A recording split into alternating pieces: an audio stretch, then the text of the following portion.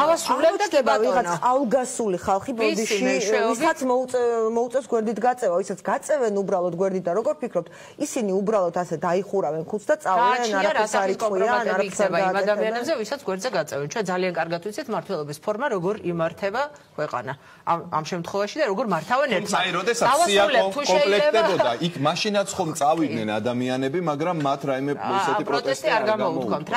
და რა შეეხება აი თავარი შეკითხვა, ვისი მეშვეობით უნდა მართოს ივანიშვილმა საკუთარი პარტია.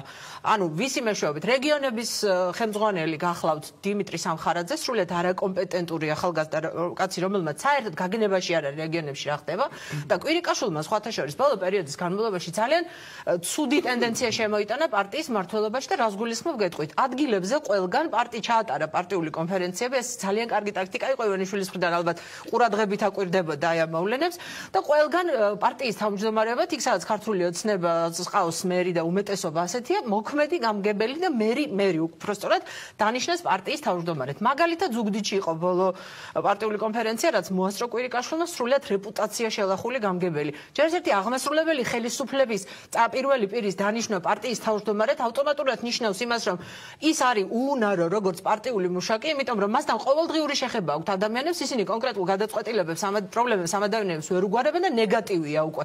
და ვისი მეშვეობით უნდა მართოს? მაგალითად მე მაქვს ინფორმაცია, რომ მარტვილის გამგებელი გრიგალოვა ივანიშვილის ოჯახის ერთ-ერთი წევრის სახელით კონკრეტულ ბიზნესმენს ფულს ძალავდა რაღაც საქმეების ჩასაწყობად. ვიღაც რუსია, რომელმაც კაზინოში წააგო არჩევნებზე დასარიგებელი თანხა და შემდეგ მეზობელი კონკურენტი პარტიის თავმჯდომარეს ესესხა ეს ფული სუში დაიბარეს და უთხრეს, რომ შენ ეხა იცი რა პრობლემები თუ არ გინდა ეს ფული იშოვე და გამოართვა სხვა პარტიის თავმჯდომარეს და თანხის ნაწილი დარიგდა. ასეთი კორუმპირებულია, ესეთი უუნარო, ესეთი უპერსპექტივო და უავტორიტეტო ადამიანების მეშვეობით ივანიშვილი სასწაულებს რასაკვირველია ვერ მოახდენს და ყველაზე მთავარი არის რა იქნება მისი მმართველობის ფორმა. იქნება ის, რასაც ლაშა ამბობს, რომ ის წავა დემოკრატიული მმართველობის გზით, თუ ისევ გაგრძელდება სუსის მმართველობა და ყველაფერს აკეთებდა სუსი იმის გარდა, რაც იყო მისი ძირითადი ფუნქცია, მათ შორის პოლიტიკური ოპონენტების დისკრედიტაცია, შავი პიარი, ჭორების გავრცელება და შანტაჟება და ასე შემდეგ. ამიტომ ძალიან მნიშვნელოვანი, ჩვენ ახლა მაინც თეორიულ დისკუსიებს ვეწევით, ძალიან მნიშვნელოვანია თავად ივანიშვილი რას გვეტყვის, როცა ის პარტიის ყრილობაზე მივა, გახდება პარტიის თავმჯდომარე და გამოაცხადებს საკუთარ პრიორიტეტებს. ეს ფორმა რომ არ ამართლებს, ეს უკვე